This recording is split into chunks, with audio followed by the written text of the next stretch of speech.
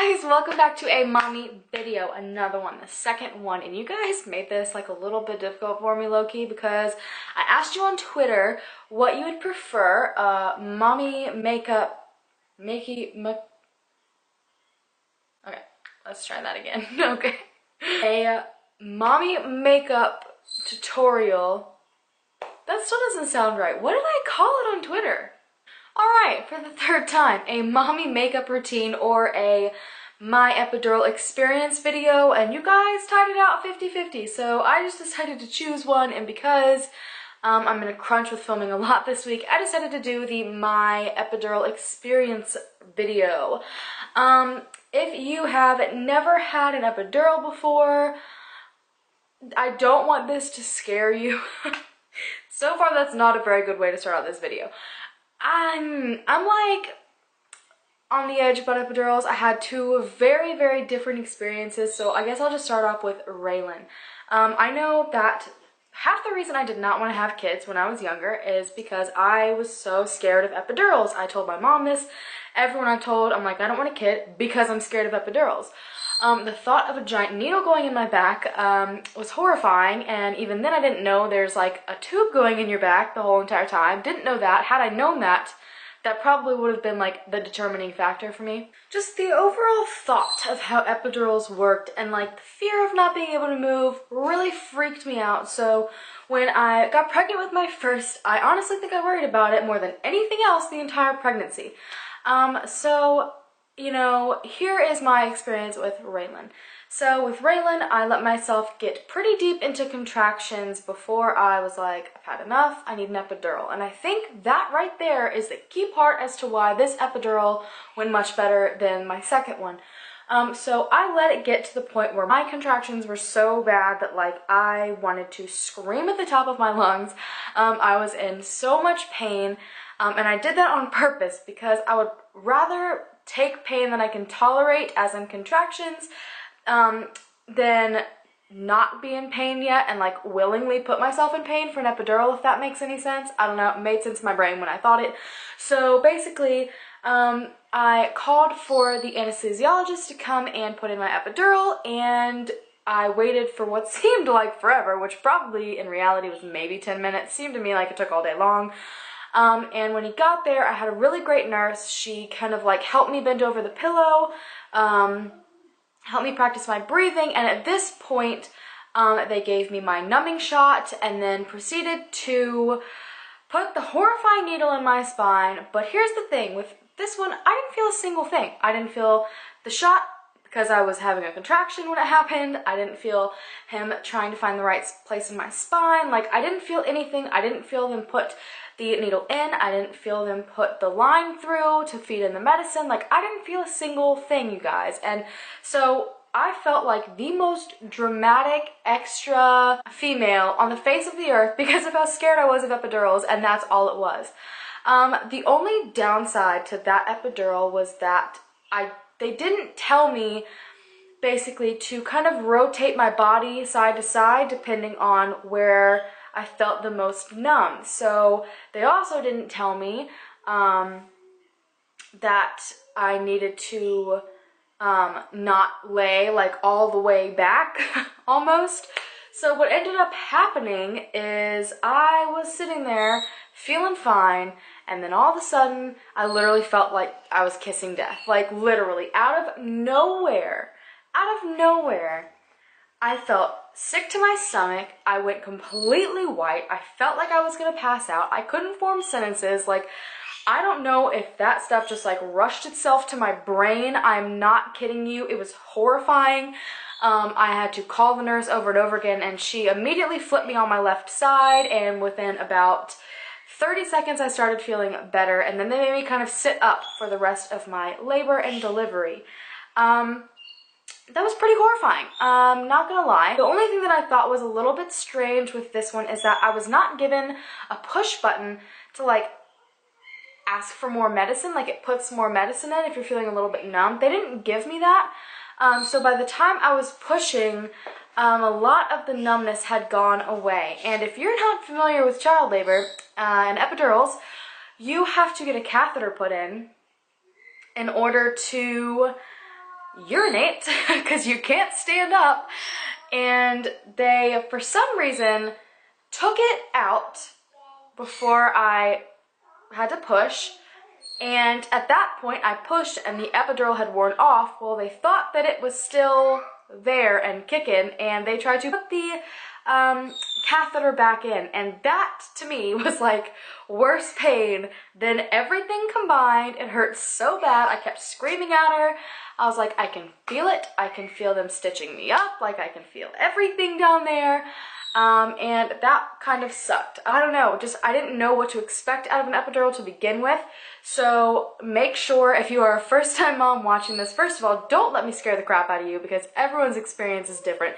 Even your first child compared to your third, fourth, fifth, eighth, 10th child, it's gonna be different if you get an epidural. So don't let this scare you. But also, my biggest tip of advice is definitely ask questions. If you feel like something's not right, if you feel like the medicine's kind of going to a weird place or making you feel strange, definitely say something. So that's my experience with my first epidural. So with Liam, it was probably a nightmare, and because of this, if I ever had more kids, I would not get an epidural, like at all, hands down. You couldn't pay me to get an epidural. I already handle labor and contractions very, very well. I've been able to make it up to pretty high amounts of dilation without, you know, even having to breathe through my contractions. For some reason, my body just handles labor very, very well. So I wasn't planning on getting one with Liam. I was going to push myself as far as I could go to keep labor going, and then I was going to hope that I could do it without one. So my nurse ended up telling me, you know, because your labor moves so quickly, she was like, we really want you to get an epidural before you have your water broken. And it took me a little bit of deliberation and thinking about it to be like, all right, fine, whatever, because it is what it is. I'll just do it. So right before they were going to break my water, I was literally feeling completely fine. The contractions, I wasn't even having to breathe through. Like, it was no big deal. I was about 4 or 5 centimeters dilated.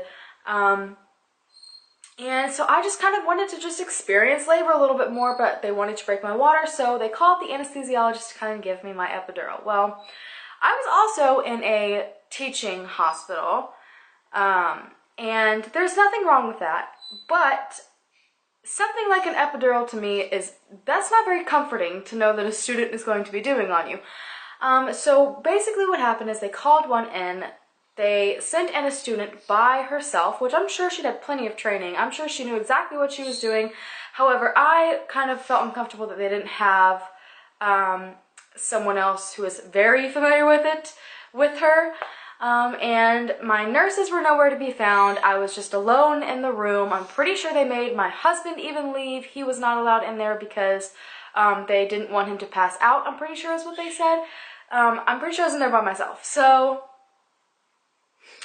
they came around my back, and she first gave me the shot, and the shot I felt, obviously, because I wasn't having contractions. I already wasn't in any pain, so I was feeling any other pain that was being inflicted on me.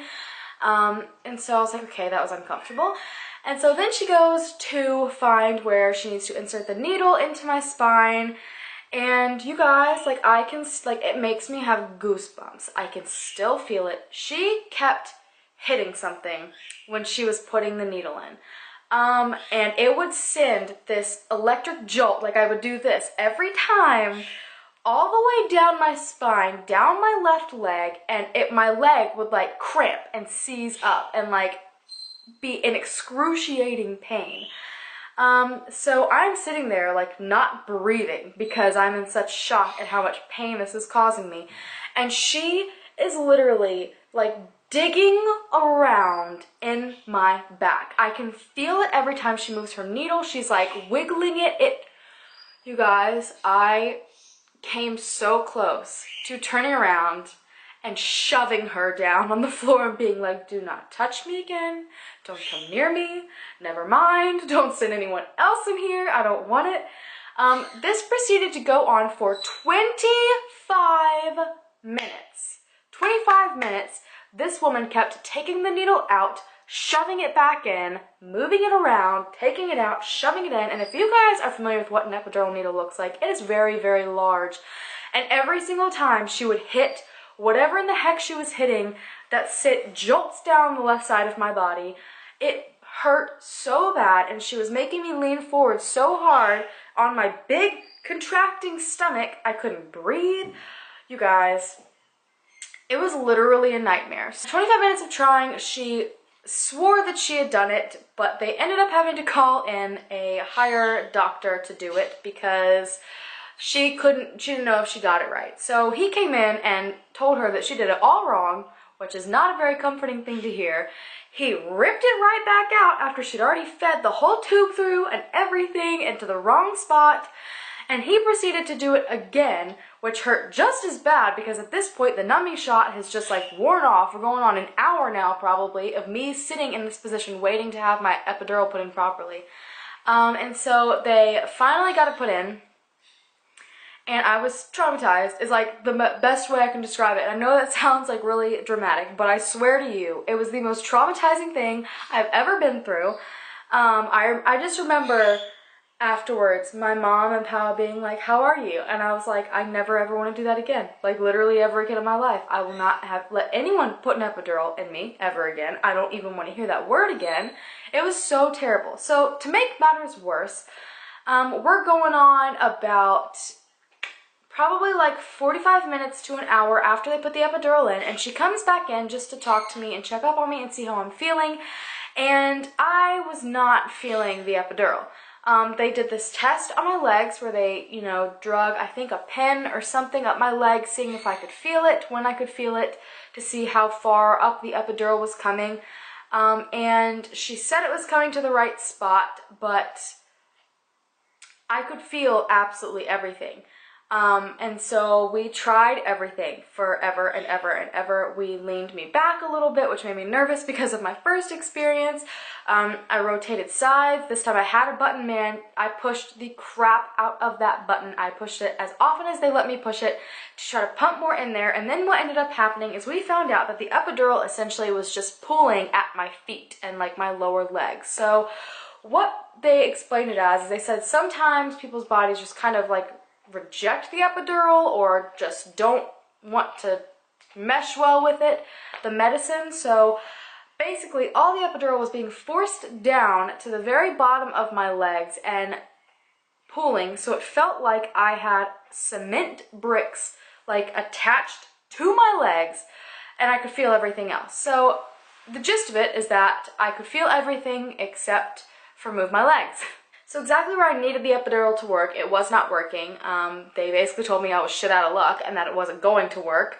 And basically I was gonna have to go through labor without a working epidural. So that was lovely, yay for that. So I technically had my second labor all natural because the only thing that was numb were my feet and the bottom parts of my legs.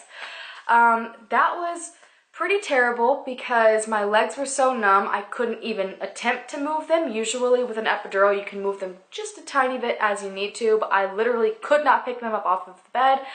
And probably the worst part about it is that I couldn't move them for a full 24 hours. They kept having to send an anesthesiologist to my room after I'd already delivered Liam because I needed help to the bathroom. I still couldn't feel them, still couldn't stand up. It was lasting a lot longer than it should have because of the amount of medicine that just kind of pulled in the bottom of my legs instead of everywhere else that it was supposed to. So that was definitely scary. It's one of those things where you know something's not right and you know you're not recovering the way that you should. And being paralyzed is not exactly the most fun thing to experience. It actually really sucked because I wasn't able to stand up and change my son's diaper or watch his first bath or get him dressed because I couldn't get out of the bed and stand up. I needed help every single time I had to use the restroom. I wasn't able to take a shower. It was just a really bad overall experience between the pain of them attempting to put it in, the fact that it didn't even end up working to begin with, and then basically being paralyzed for a full 24 hours afterwards. It really hindered a lot, and because of my clotting issues they had to put these annoying things on my legs to squeeze them because I couldn't get up and walk. So yeah, I don't know, it's just it ruined a lot. Like if I had just stayed without the epidural and gone on the way contractions were already going, I, would have been totally fine because I obviously went through all that labor without having any sort of pain medication right there. So I don't know, it was irritating, and honestly, I would probably never get an epidural again if I were to have another kid. Really don't, I know this is kind of like a traumatizing story, at least it was for me, but I don't want that to deter anyone from getting one because I loved my epidural, my first labor, like I absolutely loved it. I could feel just enough to push Raylan out. My pain completely went away. I was able to rest a little bit. I literally was talking and laughing like all the way, even through pushing. Like I had such an easy labor and delivery, and it didn't slow the labor down. Just the second time, everything slowed down. I stayed stuck at centimeters forever. It took hours more than it probably would have had I not gotten the epidural, and it just really messed me up. Couldn't walk, and it sucked, so I don't know. Anyways, I hope you guys enjoyed this. Don't forget to come back next week for another mommy video. Check out my previous mommy video, which was top 10 baby names that I love but won't be using. And I will see you guys later. Bye!